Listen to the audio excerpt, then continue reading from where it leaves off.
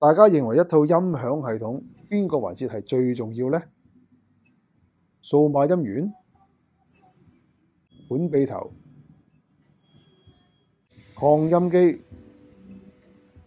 揚聲器，抑或係接駁線材呢？波姐就覺得其實每個環節都可以依照個人喜好去挑選，豐儉由人。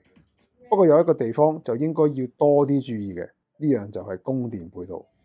波姐今次喺 Hi-Fi Gallery 影音科技挑選咗美國天仙配 Transparent， 一款性價比非常之高，一次過可以招呼8件器材嘅 Reference Power Isolator， 同大家介紹一下。機體刻有美國天仙配 Transparent Logo， 分別經過噴砂同埋黑色陽極處理嘅 Reference Power Isolator。機身主要由多件航天級鋁材組合而成，4組由 Hubbell 提供嘅黑色美式雙位蘇底，連帶 20A IEC 市電輸入咗，就全數安排響機背。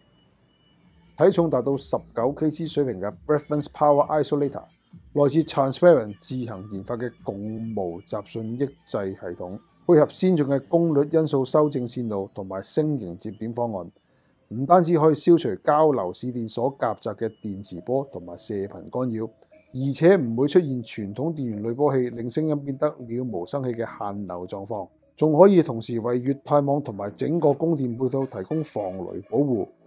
如果大家對 Transparent Reference Power Isolator 有興趣，歡迎致電 Hi-Fi Gallery 影音科技安排預約試音。多謝大家支持，下次見。